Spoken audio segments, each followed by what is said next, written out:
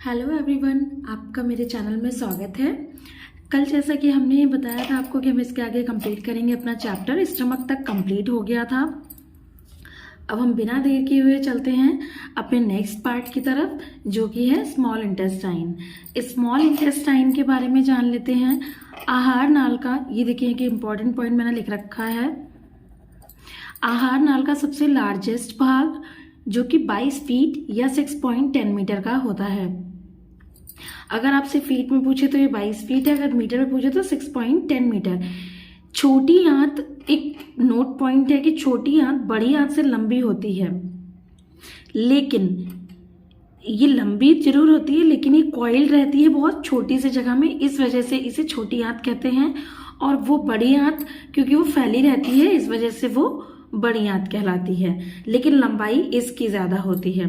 तो छोटी आंत में पचे हुए भोजन का अवशोषण होता है। अगर एब्जॉर्प्शन की प्रोसेस कहाँ होती है तो एब्जॉर्प्शन की प्रोसेस आपकी हो जाती है छोटी आंत में, और आंत रस का स्राव भी छोटी आंत से होता है। भोजन का सबसे ज्यादा पाचन कहाँ होता है? छोटी आंत में होता है। और अगर पूछा जाए खनिजों का पाचन कहाँ होता है, तो जितने भी खनिज है उन सब का डाइजेशन होता है छोटी आंत में। छोटी आंत के पार्ट्स पे आ जाते हैं। देखिए जैसे स्टमक के पार्ट थे, स्टमक के पार्ट मैंने क्या बताए थे, ये कोई भी मुझे कमेंट सेक्शन में बता सकता है कि कल मैंने स्टमक के कौन से 3 पार्ट्स को बताया था। ये आज के लिए आपका क्वेश्चन ऑफ द डे है, इसका आंसर आप मुझे कमेंट सेक्शन में करेंगे। चलिए अब चलते हैं स्मॉल इंटेस्टाइन, छोटी आंत के पार्ट की तरफ। ये ड्यूडेनम, जिजनम और इलियम, ये 3 पार्ट होते हैं। कौन कौन से? ड्यूडेनम, जिजनम और इलियम। ओके, चलते हैं नेक्स्ट पार्ट की तरफ। अब आते हैं हम बड़ी आंत। बड़ी आंत की बात करेंगे तो ये ठोस व द्रव से द्रव भाग अलग होता है। यहाँ पे बड़ी आंत पे क्या होता है कि जो लिक्विड और सॉलिड होता है वो अलग अलग हो जाता है, ठीक है। और चिपचिपा म्यूकस जो होता है वो गॉबलेट सेल होती है बड़ी आंत में, ये आंत में होता है। अगर पूछा जाए पचे हुए भोजन का एब्जॉर्प्शन तो छोटी आंत, और अगर जल का एब्जॉर्प्शन तो बड़ी आंत। दवा, जो हम दवाई लेते हैं दवा का एब्जॉर्प्शन भी कहाँ होता है? बड़ी आंत में होता है। ग्लूकोज का एब्जॉर्प्शन कहाँ होता है? वो भी बड़ी आंत में होता है। और फोलिक एसिड भी बड़ी आंत में। ये चारों पॉइंट आपको एक साथ याद रखने हैं। जल, मेडिसिन मतलब वाटर, मेडिसिन, ग्लूकोज और फॉलिक एसिड, ये 4 चीजें ऐसी हैं कि चारों की चारों बड़ी आंत में इनका एब्जॉर्प्शन होगा। अब इसके 3 पार्ट होते हैं, सीकम, कोलन और रेक्टम, ठीक है। सीकम को कनेक्टिव डक्ट कहते हैं, नॉन फंक्शनल होती है। जहां पे वर्मीफॉर्म अपेंडिक्स, ये वर्मीफॉर्म अपेंडिक्स आपने देखा होगा वेस्टिजियल ऑर्गन, तो ये हमारे वर्मीफॉर्म अपेंडिक्स जो होता है सीकम भी ही होता है। हाँ, इसमें एक मोस्ट इम्पॉर्टेंट पॉइंट बताना था आपको कि जो फीसिस, ये जो जिसे हम मल कहते हैं, फीसिस कहते हैं, उसका पीला रंग किस वजह से होता है? तो वो बिलिरुबिन की वजह से होता है। ये एक मोस्ट इम्पॉर्टेंट पॉइंट इसमें ऐड कर लीजिएगा। अब बात कर लेते हैं डाइजेस्टिव ग्लैंड्स की। इनको बोलते हैं डाइजेस्टिव ग्लैंड्स। तो ये हमारी जो पाचक ग्रंथियां हैं उनके बारे में बात करेंगे। लार ग्रंथियां, टोटल 3 जोड़ी हड्डियां होती हैं। ये देखिए, ये माउथ का स्ट्रक्चर है, ये आपका कान है, और यहाँ पे ये मैंडिबल जो सब मैंडिबुलर होती है, यहाँ पे ये हड्डी, इसकी बात करें। पहले तो देखिए यहाँ पे ये कान के पास लगी हुई होती है, पैरोटिड ग्लैंड है, इसे हिंदी में कर्णमूल कहते हैं। लेकिन मेरा एक सजेशन रहेगा कि बायोलॉजी में या बायो में, जूलॉजी, बॉटनी, वॉटएवर जो भी है, आप हमेशा क्या करें कि जितने भी होते हैं ना, इनको इंग्लिश में याद करें। इंग्लिश में आपको कंफ्यूजन नहीं होता, इस वजह से मैं हमेशा ये कहूंगी आप इसे इंग्लिश में याद करने की कोशिश करें। ये पैरोटिड ग्लैंड होती है, और जो ये इसके बाद ये मुख के नीचे जब आप यहाँ पे आएंगे पास में, तो ये होती है सबलिंगुअल ग्लैंड। इसे अधोजिह्वा, जीभ के पास आ रही है ना, तो अधोजिह्वा ग्लैंड कहते हैं, सबलिंगुअल ग्लैंड कहते हैं। तो पैरोटिड ग्लैंड, सबलिंगुअल ग्लैंड, और यहाँ पे सब मैंडिबुलर या मैंडिबल ग्लैंड। फिर आते हैं हम, दूसरा पार्ट है हमारा सलाइवा। ये तो पहला हो गया। अब देखिए सलाइवा की बात करेंगे तो इसके फंक्शन पे आते हैं। सबसे पहले इसका फंक्शन होता है पहला कि भोजन को गीला करना। सलाइवा हमारे मुंह में जब घुलता है, लार आती है, तो क्या होता है, जो हम भोजन खाते हैं वह उसे गीला करता है, उसको गोलाकार लुगदी में कन्वर्ट करता है, एंटीसेप्टिक फॉर्म में कन्वर्ट कर देता है, और वाटर बैलेंस करता है, ठीक है। सलाइवा से 2 तरीके के एंजाइम निकलते हैं, टाइलिन एंजाइम या अमाइलेज एंजाइम भी कहते हैं। लाइसोजाइम, ये क्या करता है, लाइसोजाइम जीवाणु यानी कि बैक्टीरिया को निष्क्रिय कर देता है, इनएक्टिव फॉर्म में ला देता है। जो भी बैक्टीरिया बाहर से हमारे माउथ में जाते हैं जो हमें कुछ ना कुछ नुकसान पहुंचा सकते हैं, लाइसोजाइम उनको इनएक्टिव कर देता है। सलाइवा में देखिए KCl यानी कि potassium chloride, NaCl means sodium chloride, और म्यूसिन या अदर जो भी पार्ट्स होते हैं सब्सटेंसेस वो इसमें प्रेजेंट रहते हैं। फिर इसके बाद हम बात करते हैं सलाइवा की। सलाइवा में मैंने बता दिया आपको, ये तीनों, ये आपको मैंने पहले ही समझाते हुए मैं आई थी। ये 3 प्रकार की हड्डियां जो होती हैं, ये बोन्स आपकी हो गई, ये सॉरी बोन्स कह रही हूँ, ग्लैंड्स हो गई, gland, parotid gland, sublingual gland और सबमैंडिबुलर, ये 3 हो गई। ठीक है, अब ये हमारा जीभ यानी कि सलाइवा का काम यहाँ पे कंप्लीट हो गया। फिर यहाँ पे लेकिन हम देखते हैं first digestion ptyalin enzyme start करता है। जो स्टार्च होता है वो टाइलिन की प्रेजेंस में माल्टोज में कन्वर्ट हो जाता है। और यही प्रोसेस जब ये मुख में हो रही होती है, हमारे माउथ में ये प्रोसेस चल रही होती है, जब इस पचे हुए भोजन को क्या कहते हैं, इसको मैं आपको 2-3 बार रिवाइज करा चुकी हूँ। इस पचे हुए भोजन को बोलस कहते हैं। ठीक है, ये देख लीजिए स्टार्च में जब ये जो रिएक्शन है ना, ये पूछ ली जाती है, स्टार्च में कौन सा एंजाइम होता है जो माल्टोज में कन्वर्ट करता है, तो टाइलिन हमारे स्टार्च को माल्टोज में कन्वर्ट करने का काम करता है। अब हम चलते हैं आमाशय की तरफ। आमाशय में देखते हैं क्या क्या होता है। वसा और मशरूम यानी पाचन कहाँ से स्टार्ट होगा, वसा का पाचन आमाशय से, स्टमक से। सबसे पहले हम आते हैं आमाशय के फंडिक पार्ट में। मैंने बताया था ना 3 पार्ट होते हैं, फंडिक, पाइलोरिक और कार्डियक। तो सबसे पहले हम आएंगे फंडिक पार्ट में। फंडिक में क्या होता है, जठर ग्रंथि होती है। ये देखिए एक ट्रिक है, ऐसे आप याद कर लीजिए, आप रेल, ठीक है, ये आपकी ट्रिक है। इस ट्रिक से आप याद करिए, अब कैसे इस ट्रिक को कहाँ यूज होगा वो आपको अभी समझ में आ जाएगा। आप रेल, तो जठर ग्रंथि जो होती है वो पूछा जाए कहाँ मिलती है, तो फंडिक में, फंडिक आमाशय में होता है।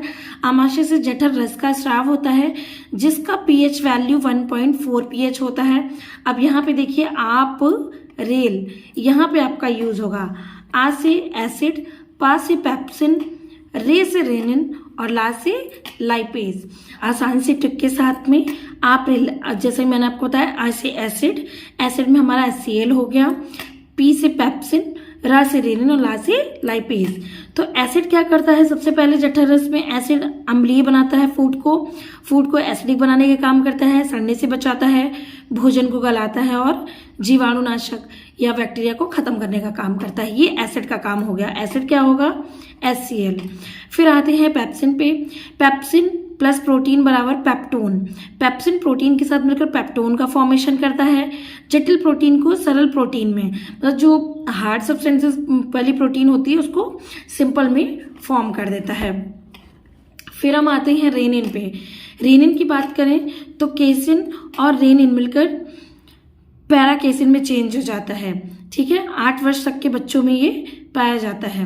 इसको मैंने आपको पढ़ाया हुआ है, रेनिन और केसिन, जब मैंने आपको विटामिन वाला चैप्टर पढ़ाया था। अगर किसी को याद हो तो मुझे कमेंट सेक्शन में ज़रूर बताइएगा, अदरवाइज मैं इसको आगे कंटिन्यू करूँगी तब आपको ज़रूर बताऊँगी। फिर हम आते हैं लास्ट से लाइपेज पे। तो वसा का पाचन करता है लाइपेज, और वसा और लाइपेज मिलकर क्या बनाता है, ट्रिप्सिन। अब हम आते हैं लीवर पे।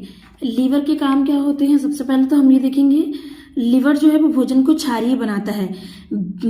बेसिक बनाने का काम कौन करता है, ये लीवर करता है, और टेम्परेचर को कंट्रोल करता है। सबसे पहले देखिए, मैं हमेशा कहती हूँ नोट्स शॉर्ट से शॉर्ट फॉर्म में बनाइए, जिससे कि आपको रिवाइज करने में कोई प्रॉब्लम ना हो। तो संग्रह किसका करता है, ग्लाइकोजन का करता है, जो कि Fe आयरन या कॉपर होता है। संश्लेषण विटामिन ए का होता है, हिपैरिन कहते हैं। उत्सर्जन एक्सक्रीशन, पहली बात तो सिंथेसाइसिस इसका याद कर लीजिएगा। ठीक है, विटामिन ए को कौन सिंथेसाइज करके रखता है, तो ये लिवर रखता है। या ऐसे क्वेश्चन पूछ लिया जाता है कि लिवर में कौन सा विटामिन सेफ रहता है या प्रिजर्व रहता है, तो विटामिन ए। या किसका सिंथेसाइज होता है या किसको सिंथेसिस किया जाता है, तो वो विटामिन ए। उत्सर्जन एक्सक्रीशन की बात करें तो ये लिवर किसी अमोनिया और यूरिया करता है। उसके बाद सुरक्षा, तो एंटीबॉडी और एंटीटॉक्सिन। निर्माण का होता है, थ्रोम्बोप्लास्टिन का निर्माण होता है। प्रोथ्रोम्बिन की जैसे ब्लड क्लॉटिंग होती है। पित्तरस का फॉर्मेशन करता है, ये इंपॉर्टेंट है। प्लाज्मा आरबीसीज होते हैं पित्तरस निकलता है यहाँ से, ये लिवर का काम होता है। लिवर को जब कोई प्रॉब्लम होगी तो क्या कौन सा रोग हो जाएगा, तब हमें पीलिया हो जाता है, ये लिवर सिरोसिस भी कहते हैं। फिर हम आते हैं लिवर। सबसे बड़ी ग्लैंड हमारी बॉडी की लार्ज ग्लैंड लिवर ही होती है। इसके बाद आते हैं वजन। तो 1.5 kg से 2 kg, 1.5 से 2 किलोग्राम तक इसका वजन होता है। सेल की बात करें तो हिपैटिक सेल्स क्या कहती हैं, लिवर का जो रीजनरेशन की कैपेसिटी होती है, ये जो लिवर है इसकी रीजनरेशन की कैपेसिटी हिपैटिक की वजह से ही होती है। जो इसमें हिपैटिक सेल्स होती हैं उसकी वजह से ही, मैं फिर याद करा रही हूँ, लिवर की जो रीजनरेशन क्षमता होती है, रीजनरेशन पावर होती है, वो हिपैटिक सेल्स की वजह से ही होती है। इसमें कुफर सेल्स भी होती है। कुफर सेल्स सौंगीकरण का कार्य करती हैं। लिवर के स्टडी को हिपैटोलॉजी कहते हैं। इसका उपनाम जैसे आप अगर आप इंडो लैंग्वेज में बात करें तो जिगर, कलेजा, जो भी कहते हैं आप, ये केमिकल फैक्ट्री कहलाता है। ये इंपॉर्टेंट है, याद करने वाला है। केमिकल फैक्ट्री कहते हैं। उपापचय, मेटाबॉलिज्म जो रिएक्शन होती है उसमें वसा, प्रोटीन और उपापचय किसका होता है, वसा, प्रोटीन और कार्बोस का। अब चलते हैं प्रोटीन की बात कर लें तो प्रोटीन से डाइजेस्ट होके अमीनो एसिड में कन्वर्ट होता है। ये इंपॉर्टेंट रिएक्शन है, ठीक है। देखिए, प्रोटीन से डाइजेशन हुआ तो अमीनो एसिड में बदला, और अमीनो एसिड ही चेंज होकर एसिमिलेशन और लिवर। अब देखिएगा ध्यान से, इस यहाँ पे ध्यान दीजिए, अमीनो एसिड 2 पार्ट्स में बट गया। एसिमिलेशन, जो आवश्यक तत्व थे उनका एब्जॉर्प्शन हो गया, जितने भी आवश्यक तत्व थे उन सबको इसने सौंगीकरण या इसका एसिमिलेशन कर लिया, ठीक है, उनका सौंगीकरण हो गया। लेकिन जो अनावश्यक तत्व थे लिवर में, वो या तो यूरिया की फॉर्म में बाहर निकल गए या फिर वो अमोनिया की फॉर्म में बाहर निकल गए, ठीक है। यहाँ पे हमारा लिवर कंप्लीट होता है तरफ। अब पित्ररस की बात करें तो सबसे पहले देखिए, इसका फॉर्मेशन लिवर में होता है। ये लिवर का ही पार्ट हम पढ़ रहे ना, ऊपर लिवर पढ़ के आए हैं। ये पित्ररसम लिवर का पार्ट, ये कहाँ बनता है, तो ये लिवर में इसका फॉर्मेशन होता है। इसका नेचर कैसा होता है, अल्कलाइन नेचर का होता है, ठीक है। अब देखिए, पाचन व अवशोषण में सहायक होता है। लाइपेज को एक्टिव करने का काम करता है। इसमें जो इंपॉर्टेंट पॉइंट्स है मैं उनको थोड़ा ग्रीन कर हाईलाइट कर देती हूँ। लाइपेज का सक्रिय करता है। वसा का इमल्सिफिकेशन या पाइसीकरण होता है, ठीक है। भारी धातु व कोलेस्ट्रॉल, इसको आप छोड़ दीजिए। ए, डी और ई के का विटामिन संचित उत्सर्जित करता है, और इसका संग्रह कहाँ पे होता है, तो ये गॉल ब्लैडर में पित्ररस का संग्रह होता है। अगर पूछा जाए, पित्ररस 2 कलर का होता है। अगर ये पीला होगा तो बिलिवर्डिन होगा, और अगर ये ग्रीन कलर का होगा तो बिलिवर्डिन होगा। ये दोनों पॉइंट्स आपको याद करने वाले हैं। अगर पित्ररस का कलर ग्रीन होता है तो बिलिवर्डिन की वजह से होता है, पीला होता है तो येलो कलर किससे आता है, बिलिरुबिन की वजह से आता है। ओके, नाउ नेक्स्ट अब हम बात कर लेते हैं पैनक्रियास की, अग्नाशय की। ये हमारी मिश्रित ग्लैंड कहलाती है। सबसे इंपॉर्टेंट पॉइंट तो यही है कि हमारी बॉडी की मिक्स ग्लैंड या मिश्रित ग्लैंड कौन सी है, तो हमारी बॉडी की जो मिक्स ग्लैंड है वो मिक्स ग्लैंड कौन सी है, पैनक्रियास है। अगर हम अंतःस्रावी ग्रंथि की बात करें तो ये एक अंतःस्रावी ग्रंथि भी है। इसकी ये डक्टलेस होती है, ठीक है। इसकी जो लंगर, ये कहाँ से निकलता है, पैनक्रियास में। जो आपने सुना होगा कि यहाँ से हमें डायबिटीज जो होती है, जब ये जो अग्नाशयी रस निकलता है ये हमारी डायबिटीज का कारक बनता है। अब सुनिए कैसे डायबिटीज का कारक कैसे बनता है, कि इसमें जो लैंगरहैंस की दीपिकाएं होती हैं उसमें ये जो बीटा सेल्स होती है, बस आपको इतना ही याद रखना है, पैनक्रियास की अंतःस्रावी सेल्स है, अंतःस्रावी ग्रंथि है, मिश्रित ग्लैंड है, और इसकी जो लैंगरहैंस की दीपिकाएं होती हैं वहां से बीटा सेल्स निकलती हैं, और ये बीटा सेल्स की वजह से इंसुलिन फॉर्मेशन होता है, और यही इंसुलिन डायबिटीज को कॉज करता है। ओके, अब हम इस पे आते हैं। ये हमने बताई दिया आपको, ये एक अंतःस्रावी ग्रंथि भी है और बाह्यस्रावी ग्रंथि भी है। अंतःस्रावी ग्रंथि है और बाह्यस्रावी ग्रंथि दोनों होने की वजह से ही इसे मिक्स ग्लैंड कहते हैं, ठीक है। बाह्यस्रावी क्यों है, क्योंकि पूर्ण पाचक रस इसमें बनते हैं, ठीक है। वसा, प्रोटीन और ग्लूकोज का पूरा पाचन हो जाता है। देखिए, वसा, प्रोटीन और ग्लूकोज। यहाँ पे आपको दिख नहीं रहा होगा, मैं आपको बता देती हूँ। फैट, वसा, प्रोटीन और कार्ब्स, ऐसे आप लिख सकते हो। ये तीनों चीजों का पाचन पूरी तरीके से हो जाता है, इसीलिए इसे बाह्यस्रावी ग्रंथि कहते हैं।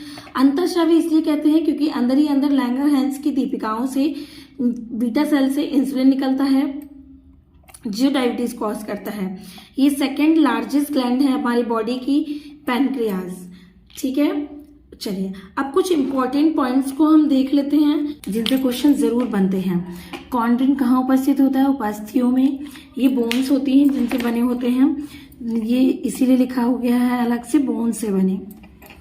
ऑसिन, ऑसिन कहाँ होता है? हड्डियों और टीथ में पाया जाता है। अल्फा केराटिन, अल्फा केराटिन हमारे बाल, नाखून, जानवरों के सींगों में, खुर, ये शल्क लिखा हुआ है, खोल, इन सब में पाया जाता है। काइटिन, ये क्वेश्चन जरूर बनता है कि फंजाई की सेल वॉल में क्या पाया जाता है, तो ये काइटिन होता है। क्या पाया जाता है? काइटिन। और कॉकरोच के चारों ओर का जो बाहर की कवरिंग होती है वो किसकी बनी होती है? ये जो निकले रहते हैं, उपवास बोलते हैं, ये भी काइटिन के बने हुए होते हैं।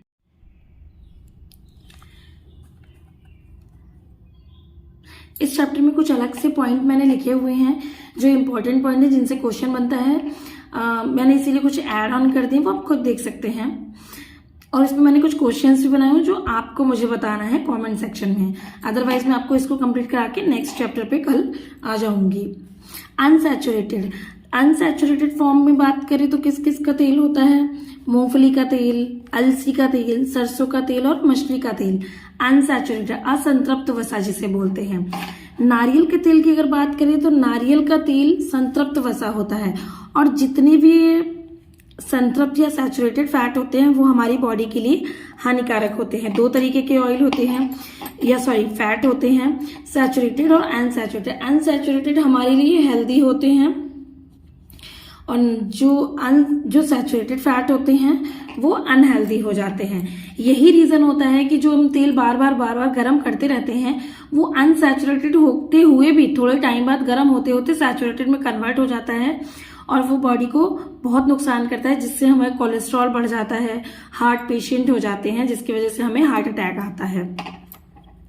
ये क्वेश्चंस आपके लिए हैं, question of the day for you. बस मैं इतना बताऊं, लार ग्रंथि डायस्टेज एंजाइम पाया जाता है। अब इन तीनों के लिए आप मुझे कमेंट करेंगे, अदरवाइज मैं कल फिर आपको बताऊंगी इसके आंसर। प्रोटीन का पाचन मैं अभी पीछे पढ़ा के आ रही हूँ, रिकॉल करवाई दे रही हूँ। प्रोटीन पाचन, अमीनो एसिड्स, कहाँ एसिडिक गैस्ट्रिक जूस निकलता है। जठर रस मैंने आपको बताया था ना, जठर रस यानी ये गैस्ट्रिक जूस जो कि एसिडिक होता है, 1.4 इसका पीएच होता है। अमीनो एसिड्स होते हैं, प्रोटीन का पाचन होता है। जो रेशेदार प्रोटीन होते हैं, एल्बुमिन पाया जाता है। ग्लाइकोजन लिवर, कार्बोहाइड्रेट जमा होता रहता है। अग्नाशय की बात करें, मैंने अभी आपको बताया, ये बहुत शॉर्ट फॉर्म में रिवाइज करवा रही हूँ। अग्नाशय को मिक्स ग्लैंड कहते हैं क्योंकि ये अंतःस्रावी बहिर्स्रावी दोनों को लेके चलता है, दोनों के बीच की कड़ी है, इस वजह से इसे मिक्स ग्लैंड कहते हैं। यकृत हमारी बॉडी का लार्जेस्ट ग्लैंड होती है। पीयूष ग्रंथि मास्टर ग्लैंड कहलाती है। Thyroid gland largest endocrine gland है। ये एक मोस्ट इंपॉर्टेंट क्वेश्चन है। थायराइड को हम लार्जेस्ट एंडोक्राइन ग्लैंड्स कहते हैं, और पैराथायराइड को ग्लैंडिन ग्लैंड कहते हैं। पाचन तंत्र से रिलेटेड बीमारियां जो होती हैं हमारे डाइजेस्टिव सिस्टम से रिलेटेड, क्योंकि हम डाइजेस्टिव सिस्टम पढ़ रहे थे तो डाइजेस्टिव सिस्टम से रिलेटेड ही बीमारियां लेते हैं। तो ये एनोरेक्सिया, बुलिमिया और पीलिया। बुलिमिया, ये देखिए आपका सीडीपी का एक क्वेश्चन यहाँ पे आ गया है जो बहुत पूछा जाता है सीडीपी में कि बुलिमिया कौन सी डिजीज है। इसके बारे में आप मुझे कमेंट सेक्शन में बताएंगे। जितने के भी आंसर आपको आते हैं आप मुझे जरूर बताइए, मैं आपको आपका नाम लूंगी, मैं आपको बताऊंगी किसने मुझे सही आंसर किया है। बुलिमिया ये क्वेश्चन आपको साइंस में और सीडीपी दोनों में देखने को मिल जाएगा, तो आप मुझे बताएंगे कि ये किस तरीके की बीमारी, इसमें क्या होता है। ठीक है, फिर हम आते हैं भोजन प्रणाली का लार्जेस्ट पार्ट। अब 8.9 मीटर। अब ऐसा कौन सा पार्ट है जो 8.9 मीटर का था, ये भी आप ही मुझे बताएंगे। इसके बारे में मैं पढ़ा चुकी हूँ और ये मैं आपको कल बताऊंगी। ओके, आज के लिए इतना ही। Thank you so much for watching my video. अगर आपको मेरा पढ़ाना अच्छा लगता है तो प्लीज़ मुझे मोटिवेट करने के लिए सही लाइक और सब्सक्राइब कीजिए एंड शेयर कीजिए। Thank you so much, bye bye.